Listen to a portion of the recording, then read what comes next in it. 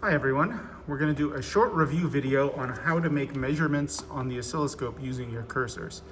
I'm going to use the function generator to generate a 1 kilohertz signal with a 5 volt peak to peak. The first thing you want to do is hit the default setup button on the oscilloscope to set everything back to normal. Once you have activated the default setup, you want to get 2 or 3 cycles on the screen. And you want to offset those cycles in such a way that you can make the measurements that you want to make.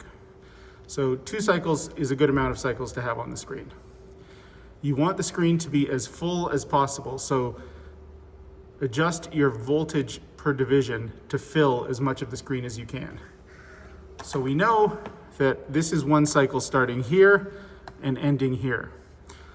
So we're going to set up our cursors. We'll push the cursor button, and you can see right now they're all over the place. You push the button and push in the cursor selector knob. Select X1, and you want to place that at the very leading edge of your waveform. We're using a square wave today.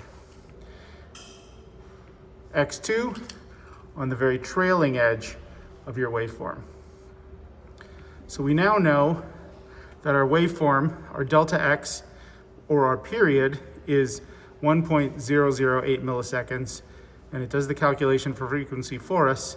1 over delta X, it's 992.06 hertz, which is pretty close to the 1 kilohertz signal that we're generating. Now we want to know our voltage peak to peak. Once again, we push the cursor button and select Y1. We'll place that at the very bottom edge of the waveform.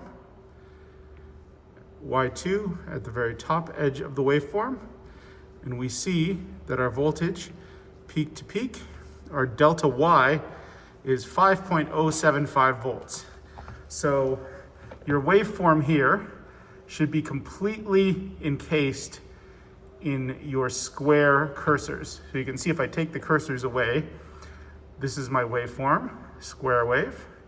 When I add the cursors back, they're exactly 1 cycle of the square wave.